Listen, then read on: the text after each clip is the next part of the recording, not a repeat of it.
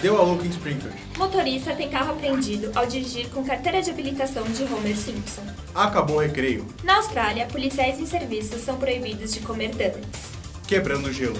Nos Estados Unidos, homem fantasiado de Rainha Elsa desencalha carro de polícia preso na neve. Não colou. Funcionário de distribuidora é preso por furtar 138 mil figurinhas da Copa.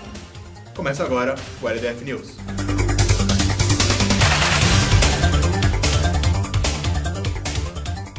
Boa tarde. Boa tarde. Denúncia. O nosso repórter investigativo, Gunter Schweitzer, traz com exclusividade um dossiê que expõe os mais recentes escândalos de corrupção envolvendo a FIFA, entidade máxima do futebol, e as declarações do zagueiro Davi Luiz na Copa de 2014. Já estamos em contato com Gunter, diretamente de São Paulo. Gunter?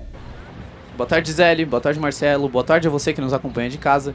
Estamos aqui no estádio do Pacaembu, sede da Copa do Mundo de 1950, para divulgar um escândalo que todos já suspeitavam e que talvez explique a declaração do zagueiro Davi Luiz.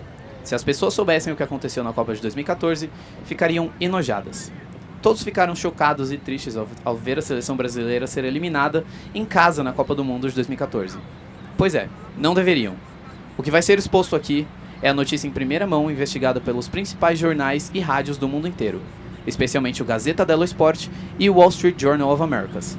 Fato comprovado, o Brasil vendeu a Copa do Mundo de 2014 para a FIFA. Acompanhe a reportagem a seguir.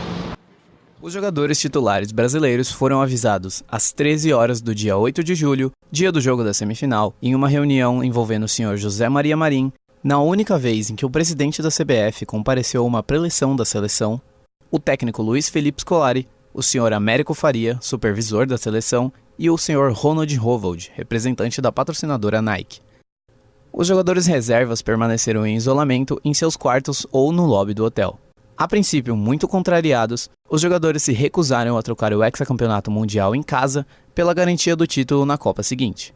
A aceitação veio através do pagamento total dos prêmios, 70 milhões de dólares para cada jogador, mais um bônus de 400 milhões de dólares para todos os jogadores e integrantes da comissão, num total de 23 bilhões de dólares através da empresa Nike. Além disso, os jogadores que aceitarem o contrato com a empresa Nike nos próximos 4 anos terão as mesmas bases de prêmios que os jogadores de elite da empresa, como o próprio Thiago Silva, Wayne Rooney da Inglaterra, Zlatan Ibrahimovic da Suécia e Neymar Júnior, também do Brasil. Mesmo assim, Thiago Silva se recusou a jogar, o que obrigou o técnico Felipão a escalar o jogador Dante, afirmando que ele seria o nosso espião, já que o mesmo jogava na Alemanha e conhecia bem os alemães.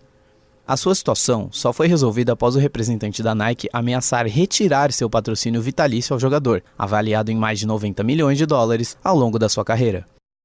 Assim, combinou-se que o Brasil seria derrotado por 2-1 no tempo normal. Porém, a apatia que se abateu sobre os jogadores titulares fez com que a Alemanha, que absolutamente não participou dessa negociação, passeasse em falhas simples da defesa brasileira.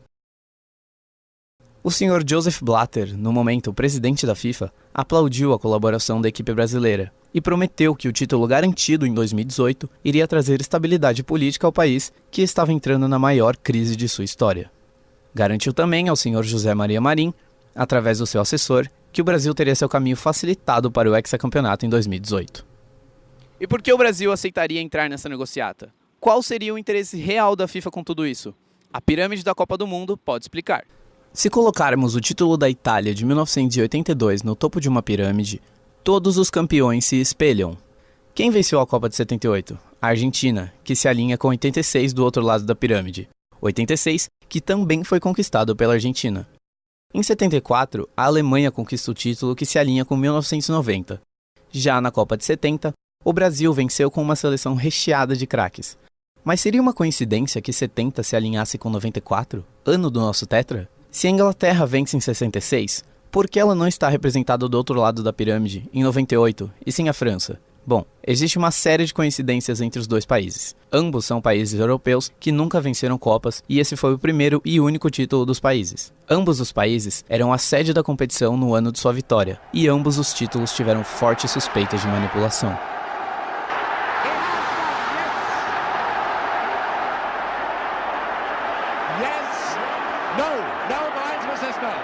The linesman says no.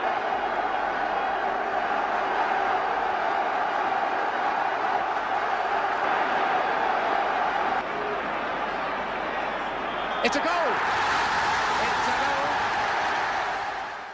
Continuando com a pirâmide, em 1962, o título vem para a terra dos tupiniquins. E em 2002, ano do penta e título para o Brasil. Coincidência até aqui? Já em 58, temos o primeiro erro da teoria. Se o Brasil foi campeão em 58, por que não venceu em 2006? Aqui entram duas novas regras, a regra dos 24 anos e a regra do novo campeão. Regra dos 24 anos que é soberana a qualquer outra. O Brasil foi tricampeão em 70 e só voltaria a conquistar um título 24 anos depois, em 94. A Itália, que conquistou seu tricampeonato em 82, só iria conquistar o tetra em 2006, 24 anos depois.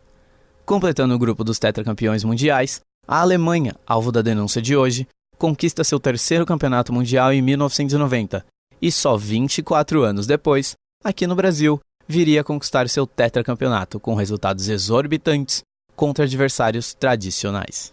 Voltando à pirâmide, vemos que em 94 o título seria brasileiro. Já em 2006, a Itália teria que ser campeã, e em 2014 a Alemanha teria seu caminho facilitado para o título. 2014 que se alinha com 1950. 2 anos que a Copa ocorreu no Brasil e 2 anos de vexames históricos para a seleção canarinha. Seria isso apenas uma coincidência ou mais uma prova de que nosso tradicional esporte de todo domingo estaria sendo manipulado por todos esses anos? Seguindo a pirâmide, como são coroados os novos campeões e por que o caminho do Brasil em 2018 já está consolidado? Os novos campeões são apontados em um ano que se espelhe com o primeiro título de uma seleção. Lembram da França com a Inglaterra? A Espanha também vence seu primeiro título, espelhado com outro novo campeão, a Alemanha. Mas em 2018, que se espelha com 1946, ano marcado pela Segunda Guerra Mundial. Os mais atentos talvez já tenham reparado, porém, para aqueles que ainda não perceberam, irei mostrar agora. Você reparou que a cada 12 anos o campeão ou é a seleção brasileira ou a Itália? Por que então na Copa de 70 o Brasil venceu, quebrando o ciclo? Talvez você não se lembre ou não saiba, mas a final da Copa de 70 foi disputada entre Brasil e Itália. E o campeão seria o primeiro tricampeão mundial e ficaria na posse da taça Jules Rimet para sempre. O Brasil venceu o jogo por 4-1, onde vimos os italianos confusos e surpresos em vários momentos do jogo. Muitos afirmaram ser apenas espanto com o jogo alegre e malandro do brasileiro. Porém, pode ser apenas mais um esquema sujo da FIFA, pois também, para quem não se lembra, a taça Jules Rimet simplesmente sumiu da sede da CBF na noite de 19 de dezembro de 1983. Essa investigação nos leva a um ponto. O Brasil será o campeão da Copa da Rússia de 2018 e o poço de manipulações na FIFA continua cada vez mais fundo e sujo, enojando não só o nosso zagueiro, mas também toda a população.